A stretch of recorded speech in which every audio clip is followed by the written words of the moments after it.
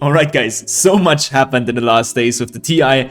In this video, I want to go over the most important thing that I took away from the final games.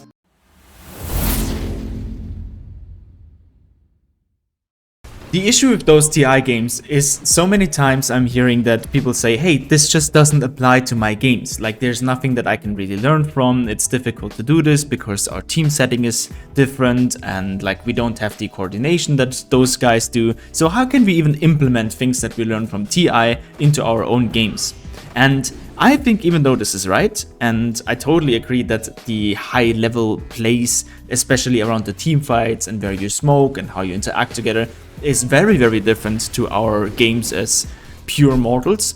But what we can take away is something very simple that we need to adapt as a basis to even get to the point where those kind of team fights start to be relevant. And this is net worth. I've been preaching it all over the game and all the time, but I really am a big believer of net worth in Dota 2. So there you go.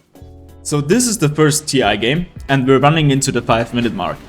I want you to pay attention to the last hits on the left side. You see that basically every single core actually, is above 20 last hits. And minute 5 is just rolling in. We're getting the first guy to reach 30 last hits, which is Quinn. And then we have Yatoro up here as well. And it's a really close game. And already here in this game, the CS is incredible. It's just unbelievable.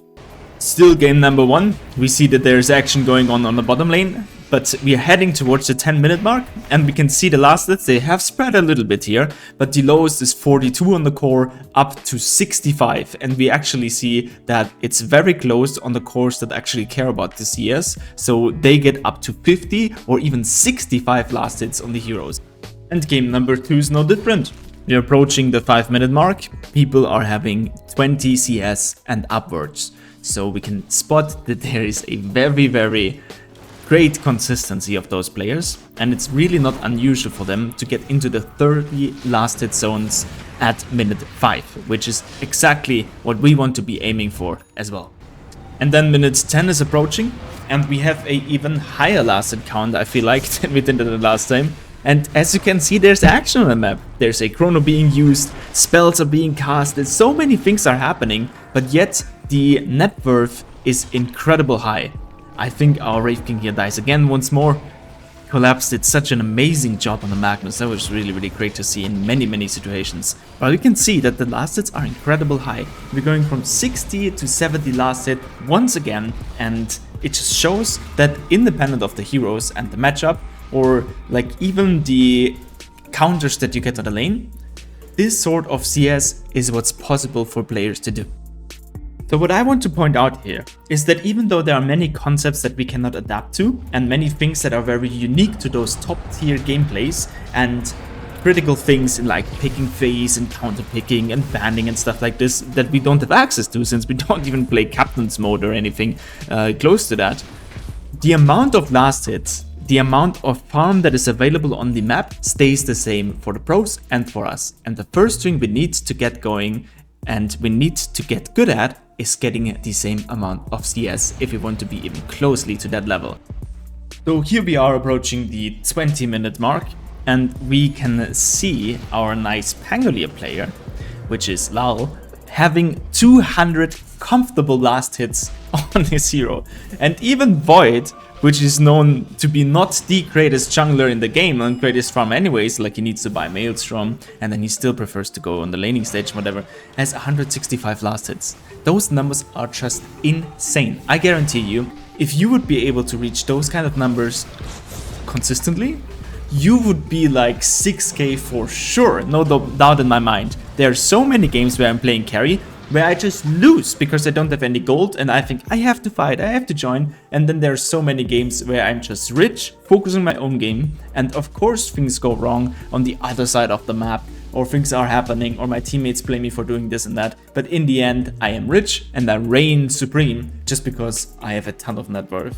For those people who do not think in terms of last hits, but in terms of net worth, those are the numbers. You want to have 2k to 2.5k net worth in 5 minutes. And then approaching the 10-minute mark, you want to have somewhere between 4 and 4.7, 4.8k net worth. And finally, around minutes 20, their net worth ranges anywhere from like 8k on the offlaners up to 12k on Angoli here on LoL. Now the only question arises, how the crap do we do that? And I think the answer is surprisingly simple, even though the execution is difficult. You just focus on it. You ignore everything else until you get it. What I need you... Oh, this was such an amazing kill, right? Diraggio caught him. He caught him because he stole the time dilation, and that's why Void couldn't escape. But we're drifting off the topic. So the way that you actually reach this is by ignoring everything else. In the next 10 games, I need your teammates to tell you that you are farming too much. And if that's the case, then you're doing something right. Completely overshoot at the beginning. Don't be afraid to absolutely go over what is necessary and what is needed, because at the beginning you will realize it's actually super difficult to get there, and if you put the focus there, step by step you will increase it.